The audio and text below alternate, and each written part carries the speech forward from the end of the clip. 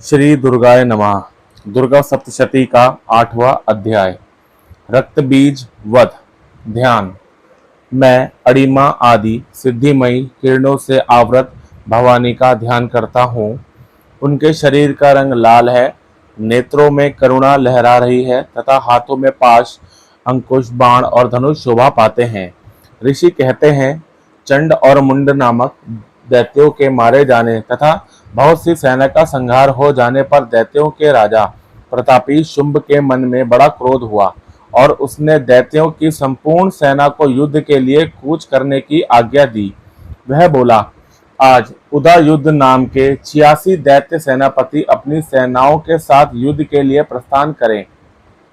कंबू नाम वाले दैत्यों के 84 सेना नायक अपनी वाहिनी से घिरे हुए यात्रा करें।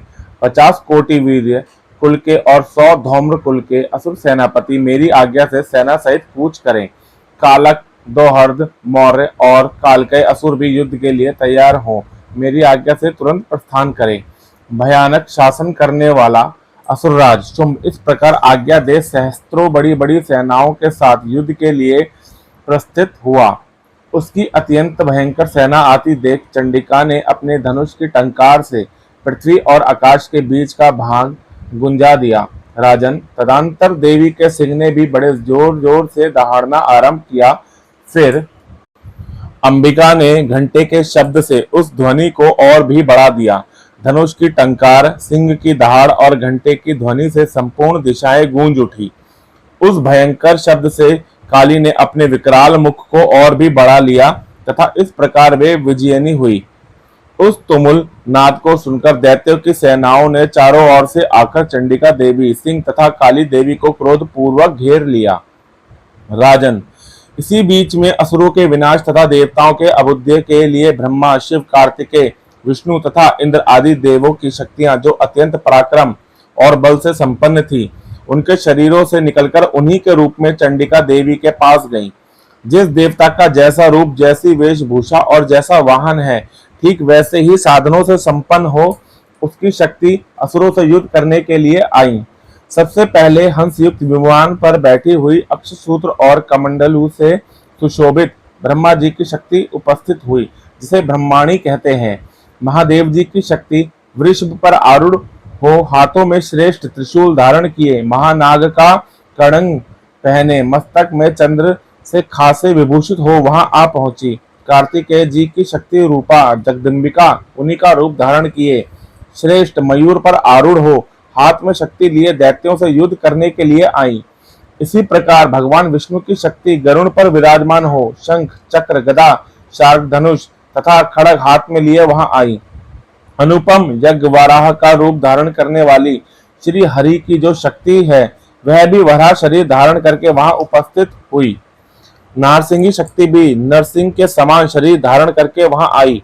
उसकी गर्दन के बालों के झटके से आकाश के तारे बिखरे पड़ते थे। इसी प्रकार इंद्र की शक्ति वज्र हाथ में लिए गजराज ऐरावत पर बैठकर आई।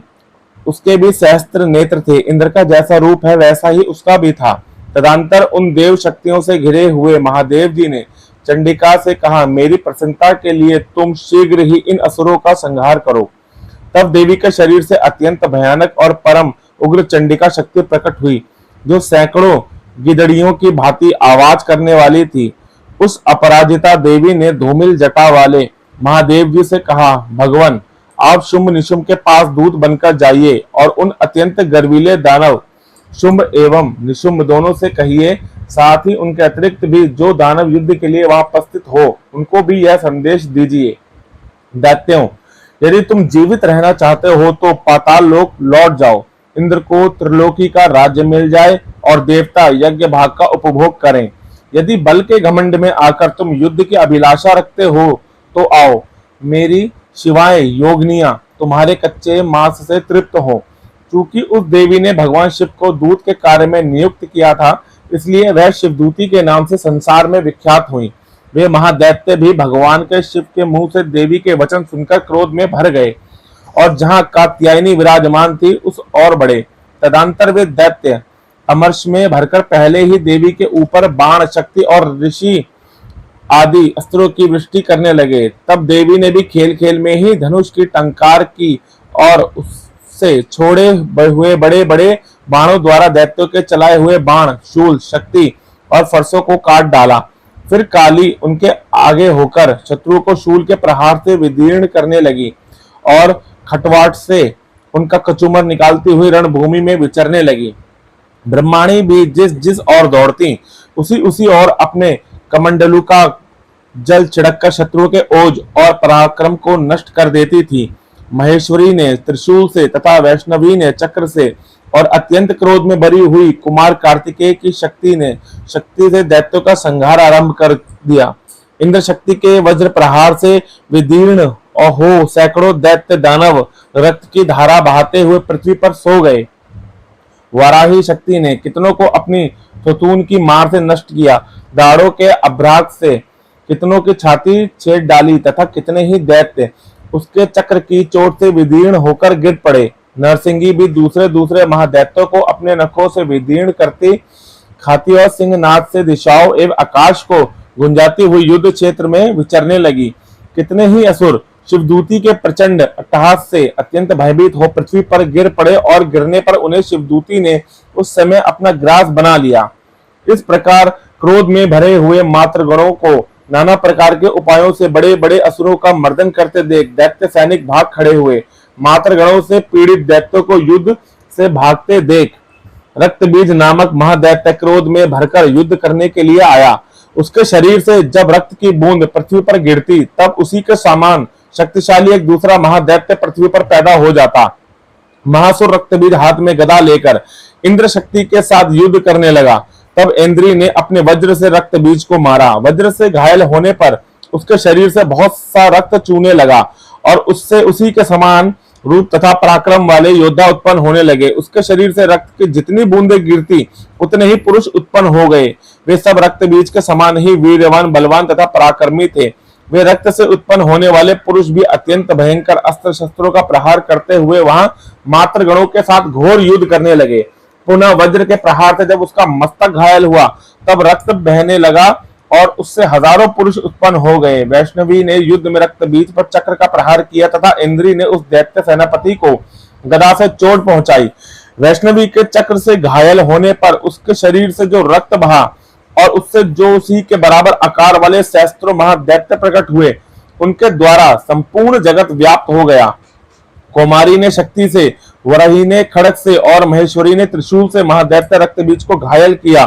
क्रोध में भरे हुए उस महादैत्य रक्तबीज ने भी गदा से सभी मात्र शक्तियों पर पृथक पृथक प्रहार किए।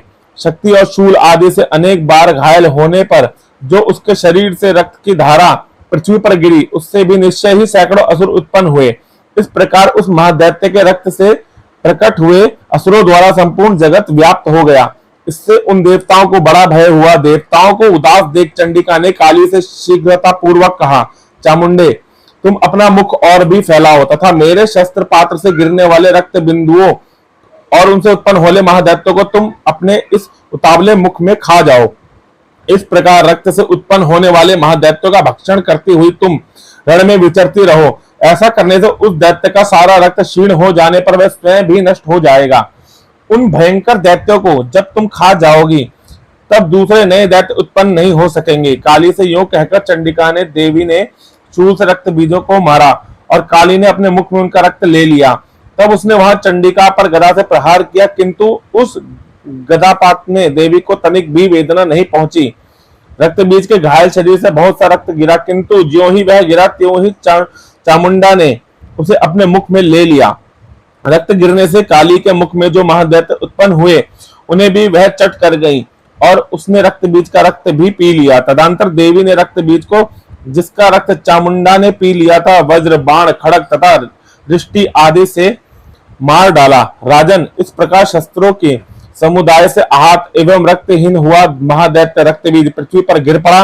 नरेश्वर, इससे देवताओं को अनुपम हर्ष की प्राप्ति हुई और मातृगण उन असुरों के रक्तपान के मद से उदत सा होकर नृत्य करने लगा। दुर्गा सप्तशती का 8वां अध्याय पूरा हुआ। जय माता दी।